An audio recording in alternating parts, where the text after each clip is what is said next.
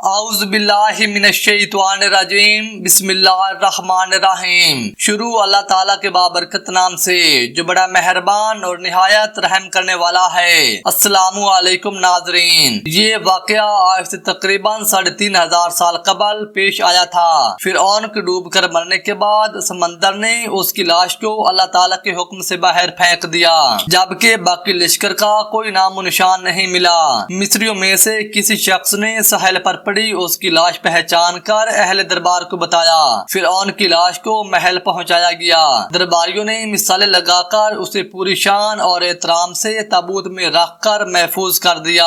حنوط کرنے کے اس عمل کے دوران ان سے ایک غلطی ہو گئی تھی۔ فرعون چونکہ سمندر میں ڈوب کر مرا تھا اور مرنے کے بعد کچھ عرصہ تک پانی میں رہنے کی وجہ سے اس کے جسم پر سمندری نمکیات کی ایک تہہ جم گئی تھی۔ مصریوں نے اس کی لاش پر نمکیات کی وہ تہہ اسی طرح رہنے دی اور اسے اسی طرح حنوط کر دیا۔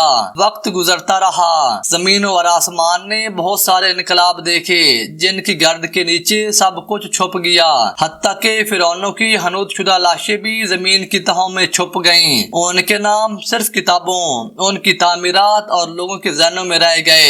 اس واقعے کے 2000 سال بعد اس دنیا میں اللہ تعالیٰ کے آخری نبی حضرت محمد صلی اللہ علیہ وسلم تشریف لائے۔ ان پر نازل ہونے والی آخری کتاب میں فرعون کے قصے بڑی تفصیل کے ساتھ بیان کیے گئے تھے، اور اسی سلسلے میں اس فرعون کا جسم محفوظ کرنے کی بابت آیت بھی نازل ہوئی تھی، جس کی سچائی پر سب اہل ایمان کا پختہ یقین تو تھا، لیکن وہ سمجھنے سے قاصر تھے کہ اس خدائی کا دعویٰ کرنے والے شخص کی لاش کہاں محفوظ کی گئی ہے اور اسے کیسے عبرت کا نشان بنایا گیا ہے۔ سن 1871 میں مصر کے ایک شہر الگورنیا سے تعلق رکھنے والے ایک غریب اور معمولی چور احمد عبدالرسول کو فرعونوں کی حنوط شدہ لاشوں کی طرف جانے والے خفیہ راستے کی رسائی مل گئی۔ احمد عبدالرسول نوادرات چوری کر کے بیچا کرتا تھا۔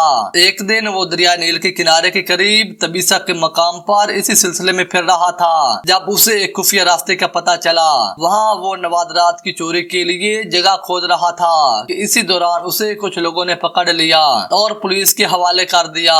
وہ جس جگہ کو کھود رہا تھا وہاں سے ملنے والے راستے کی جب مسلسل کھدائی کی گئی، سن 1891 کو دوسری ممیوں کے ساتھ اسی غرق ہونے والے فرعون کی لاش بھی مل گئی۔ اس کی کفن پر سینے کے مقام پر اس کا نام لکھا ہوا تھا۔ ان ممیوں کو ماہرین قاہرہ لے گئے۔ جب ان ممیوں کا تفصیل سے جائزہ لیا گیا تو فرعون والی ممی پر جمی نمکیات کی تہہ کی وجہ سے اس کی تصدیق ہو گئی کہ یہ وہی فرعون ہے جسے اللہ تعالیٰ نے پانی میں غرق کر کے بدترین انجام سے ہمکنار کیا تھا۔ یہ بہت بڑا واقعہ تھا۔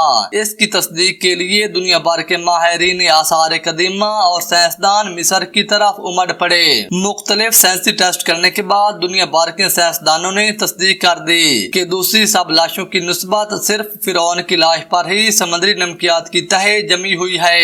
اس تصدیق کے بعد اسے فرعون کی لاش قرار دے کر عجائب گھر میں محفوظ کر دیا گیا۔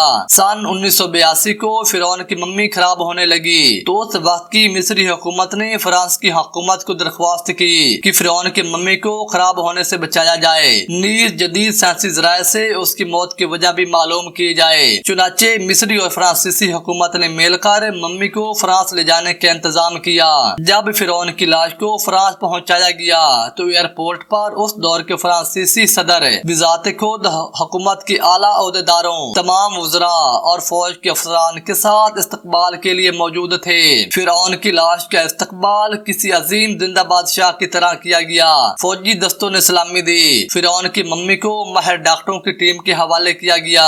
اس ٹیم کی سربراہی ڈاکٹر مورس بوگا نے کی تھی۔ مائکروسکوپک ٹیسٹوں کے ذریعے ممی کی تمام اعضاء کا باریک بینی سے جائزہ لیا گیا تو معلوم ہوا کہ اس کی لاش اور جسم میں سمندری ذرات ابھی تک موجود ہیں اور موت کی وجہ بھی پانی میں ڈوبنے کی وجہ سے ہوئی تھی۔ اس نے اس ممی کے بارے میں مزید جاننے کی کوشش کی تو اسے معلوم ہوا کہ اس بادشاہ کی موت کے حالات مسلمانوں کے نبی حضرت محمد صلی اللہ علیہ وسلم پر اتری کتاب قرآن پاک میں تفصیل سے درج ہیں۔ اسے علم تھا کہ جہاں سے یہ لاش ملی ہے وہ ایک اسلامی ملک ہے۔ چنانچہ تجسس کے ہاتھوں مجبور ہو کر وہ مصر پہنچا۔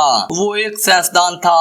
اس نے اس معاملے میں مصر کے ہی ایک سائنسدان سے ملاقات کی۔ اس سائنسدان نے قرآن پاک کھول کر اسے سورۃ یونس کی آیت 90 92 کا ترجمہ لفظ ب لفظ سنایا۔ فرعون کا خدائی کا دعویٰ، اس کا پانی میں ڈوب کر مرنا اور پھر پانی سے نکال کر اس کی لاش کا حنوط ہو جانا اور پھر دوبارہ لاش کا ملنا، اور بہت واضح تھا تجھے بعد میں آنے والوں کے لیے عبرت کا نشان بنا دوں گا۔